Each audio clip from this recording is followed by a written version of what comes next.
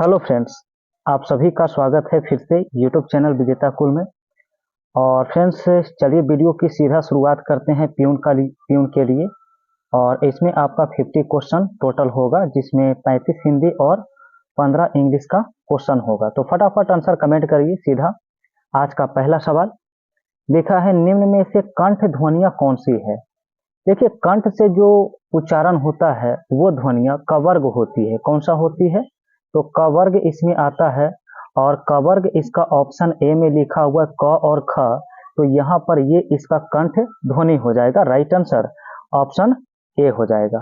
ठीक है, चलिए दूसरा नंबर सवाल देखिए, लिखा गया है, कहा गया स्थान के आधार पर बताइए कि मूर्धन्य ध्वनियाँ कौन सी है। मूर्धन्य ध्वनियाँ जो होती है वो टवर्ग होते हैं, ये भी याद रखिएगा।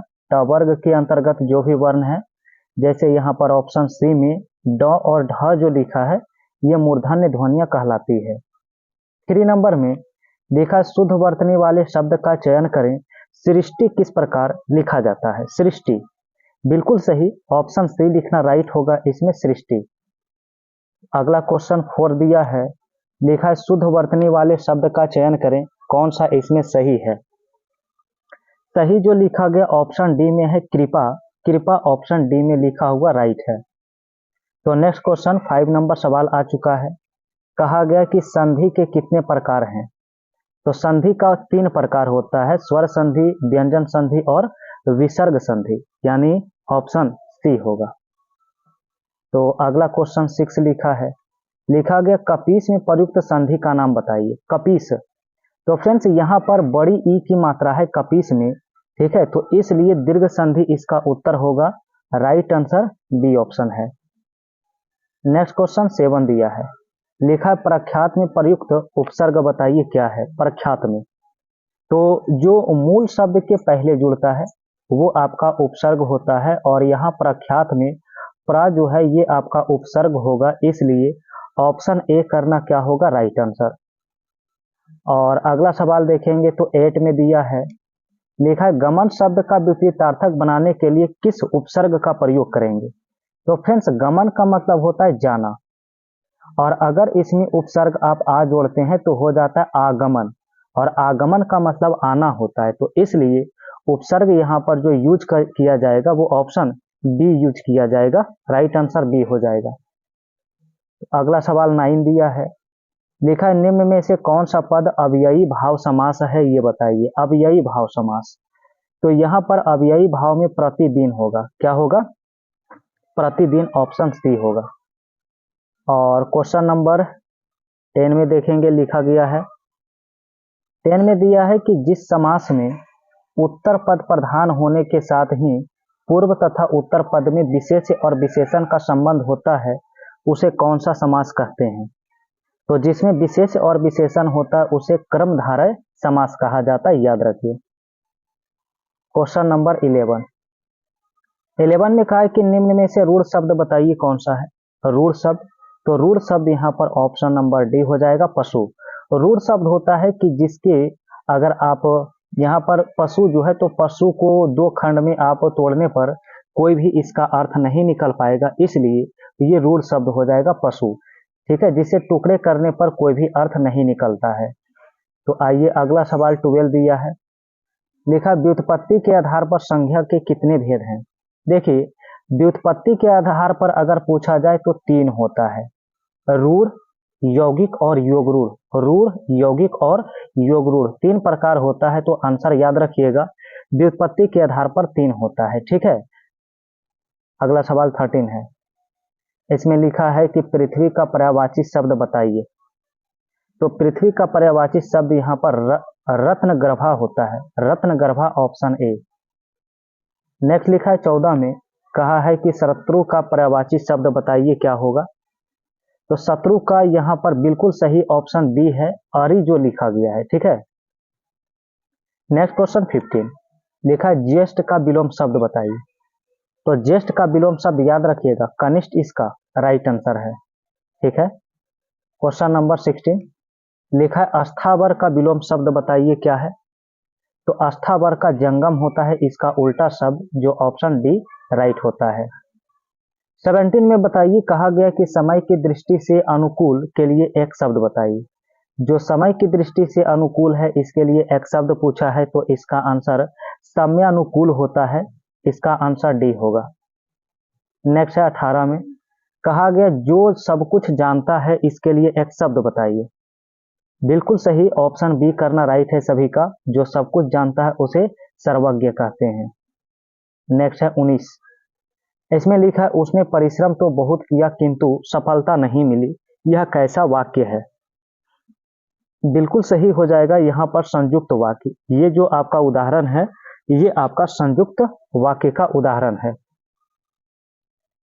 तो अगला सवाल 20 आ चुका है।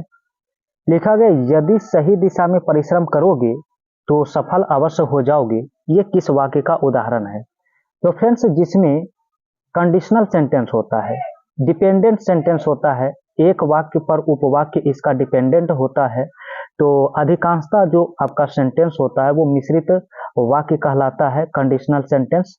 आंसर इसका सी हो जाएगा। नेक्स्ट है 21, लिखा है वाक्य के अशुद्ध भाग का चयन करें। क्वेश्चन लिखा है कि राम राज्य में शेर और बकरी एक घाट पर पानी पीती थी।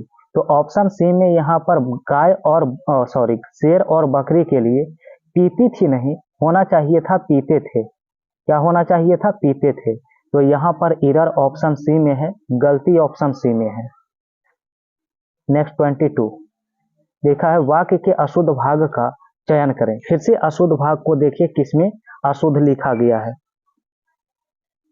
तो पहला ऑप्शन से पढ़िए, लिखा है राजा दशरथ को 4 पुत्र राम लक्ष्मण भरत और शत्रुघ्न पैदा हुए थे, कोई त्रुटि नहीं है। तो फ्रेंड्स, आप देख रहे होंगे राजा दशरथ को नहीं, यहाँ पर होना चाहिए राजा दशरथ के 4 पुत्र, अतः आंसर ए इसका राइट होगा, जिसमें गलती है। 23, लिखा लाल पीला होना, इसका अर्थ क्या है। लाल पीला होने का मतलब होता है क्रोध करना, गुस्सा करना। ठीक है। 24 नंबर में है सिर हथेली पर रखना, इसका अर्थ क्या होता है बताइए। सिर हथेली पर रखना इसका मतलब है मरने के लिए तैयार रहना। क्या होता है? मरने के लिए तैयार रहना। और अगला सवाल 25, एक मुहावरा है, कहा गया चमड़ी जाए पर दमड़ी ना जाए, इसका अर्थ क्या होता है। चमड़ी जाए पर दमड़ी ना जाए, इसका मतलब होता है अत्यधिक कंजूस होना। और अगला सवाल 26, लिखा गया निम्न में से किसे वृत्ति या व्यापार कहा जाता है, ये बताइए। तो वृत्ति या व्यापार कहा जाता है शब्द शक्ति को, ऑप्शन ए राइट हो जाएगा। 27 में बताइए, कहा शांत रस का स्थायी भाव इसमें क्या है। शांत रस का स्थायी भाव बिल्कुल सही होगा, ऑप्शन डी करना, निर्वेद। क्या होगा? निर्वेद। नेक्स्ट है 28 में, कहा गया कोई भी छंद किसमें विभक्त रहता है। तो कोई भी छंद चरणों में या यति में, दोनों में रहता है, इसलिए ऑप्शन सी इसका उत्तर करेंगे। 29 में अलंकार बताना है, कहा गया चरर मरर खुल गए अरर रफ स्फुटों में, इसमें कौन सा अलंकार है। बिल्कुल सही, अनुप्रास अलंकार होगा, क्योंकि र जो आपका वर्ण है वो बार बार रिपीट हो रहा है, तो अनुप्रास अलंकार करना राइट होगा। 30 नंबर, कहा गया राम ने सीता को उपहार दिया, इसमें क्रिया बताइए।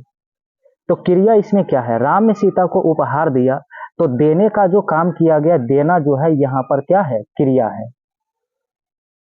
31, लिखा गया निम्न में से कौन सा वाक्य शुद्ध है, इसका चयन करें। पहला है वह स्कूल जा रही है, और बी ऑप्शन में है स्कूल जा रही है, तो दोनों में डिफरेंस है। ऑप्शन बी में देखेंगे ऊपर में बिंदु है, इसलिए बी ऑप्शन गलत है, पहला ऑप्शन ही क्या होगा, इसका राइट होगा। 32, लिखा अच्छा शब्द का उल्टा शब्द यानी विपरीतार्थक शब्द क्या है। तो अच्छा का होता है खराब, बुरा, ऑप्शन ए करना सही हो जाएगा यहाँ पर। 33, लिखा निम्न में से कौन सा शब्द सर्वनाम है, प्रोनाउन है। तो सर्वनाम के स्थान पर यहाँ पर वह है जो ऑप्शन सी में दिया है। चलिए अगला सवाल 34, एक फिलर्स है, लिखा अगर तुम मेहनत तो सफलता निश्चित है। तो मेहनत के बाद जो भरना होगा, यानी अगर तुम मेहनत करोगे तो अवश्य सफल हो जाओगे, ए ऑप्शन भरना बिल्कुल सही होगा। अंतिम सवाल हिंदी का है, लिखा है निम्न में से कौन सा शब्द संज्ञा नहीं है। संज्ञा में कौन नहीं आता है? तो स्कूल संज्ञा है, दौड़ संज्ञा है, खुश और पुस्तक दिया हुआ है।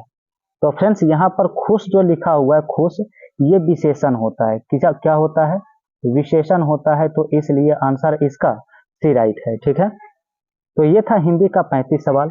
अब आपके पास इंग्लिश का 15 सवाल आएगा, तो फटाफट कमेंट करिए। पहला सवाल से एक फिलर्स है, लिखा if he earlier he would have cout the train. तो देखिए सेकेंड क्लाउज में वुड हैव का यूज किया गया है, तो फर्स्ट क्लाउज में हैड प्लस भी थ्री का यूज करना होगा, और हैड प्लस भी थ्री जो है ऑप्शन बी में लिखा हुआ है, हैड लेफ्ट। दूसरा नंबर सवाल में बताना है, कहा गया identify the sentence with correct subject verb agreement. तो कौन सा सेंटेंस सही लिखा गया है? बिल्कुल ऑप्शन सी यहाँ पर देखेंगे राइट है, neither the teacher nor the students is present. 3 number में बताइए, साइनो बताना है इलोक्वेंट का। इलोक्वेंट का मतलब होता है वाक्पटुता, यानी कि यहाँ पर जो धारा प्रवाह बोलता है, तो इलोक्वेंट यहाँ पर होता है। इसका राइट आंसर जो होता है ऑप्शन ए, फ्लुएंट कहेंगे। क्या होता है? फ्लुएंट। चलिए नेक्स्ट क्वेश्चन 4 नंबर में एक फिलर्स है, जिसे पूरा करिए। कहा गया he is good solving mathematics problem. 4 के लिए ऑप्शन गुड एट लिखना होगा। क्या लिखना होगा? Good at. तो नेक्स्ट क्वेश्चन 5 दिया है, इसमें कहा है कि identify sentence with correct tense. Correct tense में कौन सा है? तो ऑप्शन बी सही है, she will goes to school tomorrow. Next आ जाते हैं 6 नंबर सवाल में। एक आर्टिकल भरना है, जिसमें सवाल है I saw owl sitting on the tree last night. 6 में क्या भरना राइट है? तो यहाँ पर आउल जो है वॉवेल साउंड है, इसलिए एन का यूज किया जाएगा। एन का यूज करेंगे तो ऑप्शन बी सही होगा। चलिए अगला 7 में है, एक फिलर्स है, कहा गया this is the movie I have ever watched. तो यहाँ पर इसका राइट आंसर बी होगा, यानी कि मोस्ट इंटरेस्टिंग लिखना होगा। ठीक है, तो मोस्ट इंटरेस्टिंग। नेक्स्ट है 8 नंबर में, कहा गया है कि correct punctuation, sentence with correct punctuation. कौन सा सेंटेंस सही लिखा गया 8 में? तो 8 में ऑप्शन बी बिल्कुल सही है, he said I am coming home. ठीक है, नेक्स्ट देखेंगे 9 नंबर सवाल, और 9 में कहा है पैसिव फॉर्म में बताइए कौन सा सही है। सवाल ये है, the chief cooks delicious meal every day. चलिए देखेंगे इसका राइट आंसर क्या होगा यहाँ पर। तो 9 का राइट आंसर ऑप्शन ए होगा, delicious meals are cooked by the chief every day. Next 10 number सवाल है, जिसमें एक फिलर्स पूरा करना है। सवाल है you ever visited Taj Mahal. You ever visited Taj Mahal, तो यहाँ पर भरना जो है ऑप्शन बी सही होगा, डिड यू। ठीक है, सॉरी ऑप्शन बी होगा फ्रेंड्स, ऑप्शन बी। यहाँ पर डिड नहीं, हैव। थोड़ा सा इंप्रूव कर लेंगे, हैव यहाँ पर लिखना क्या होगा? राइट होगा, यानी इस फिलर्स में आपको हैव लिखना होगा। ठीक है, आइए अगला सवाल जो है 11, एक फिलर्स फिर से है, कहा गया she is very in drawing and painting. तो 11 में ऑप्शन भी लिखना होगा, he is very talented in drawing and painting. 12 में तो यहाँ पर देखिए फिर से फिलर्स है, जिसमें कंडीशनल सेंटेंस पूरा करना है। लिखा if it rains tomorrow stay at home. तो 12 के लिए ऑप्शन ए लिखना होगा, वी विल। ठीक है, नेक्स्ट आ चुका है 13 में, तो जेनरस का पूछा गया है एंटोनिम। जेनरस का एंटो क्या होगा? जेनरस का मतलब होता है उदार। ठीक है, और यहाँ पर ऑप्शन बी में जो अस्टिंगी लिखा हुआ है, तो अस्टिंगी राइट होगा इसके एंटो में। 14 नंबर सवाल, 14 में सवाल है कि this is the boy help me yesterday. तो कौन सा करेक्ट प्रोनाउन यहाँ पर भरना होगा? This is the boy help me yesterday, तो भरना होगा ऑप्शन ए, रिलेटिव प्रोनाउन के रूप में यहाँ पर बॉय के लिए जो है हु का यूज करना होगा, ऑप्शन ए हो जाएगा। और ये रहा अंतिम सवाल 15 का, जिसमें लिखा है he had to the meeting due to sudden illness. तो चलिए देखिए कौन सा ऑप्शन सही है इस सवाल का, बताइएगा। तो 15 में ऑप्शन ए लिखना होगा, पुट ऑफ। क्या लिखना होगा? Put off the meeting due to sudden illness. तो फ्रेंड्स ये रहा आपका 35 हिंदी और 15 इंग्लिश का सवाल, जो टोटल मिला के आपका 50 क्वेश्चन प्रतिदिन हम डिस्कस कर रहे हैं। अब आप लोग देखिए आज के इस सेट में आपसे कितना सही हुआ है। और फ्रेंड्स चैनल पर पहली बार अगर जुड़ रहे हैं तो यहाँ पर और भी बहुत सारे एग्जाम का सेट आप सभी को दिया जा रहा है, तो इसलिए चैनल को फटाफट सब्सक्राइब करके बेल आइकन की घंटी प्रेस कर लीजिए। और वीडियो पसंद आए तो वीडियो को लाइक करिए, शेयर करिए।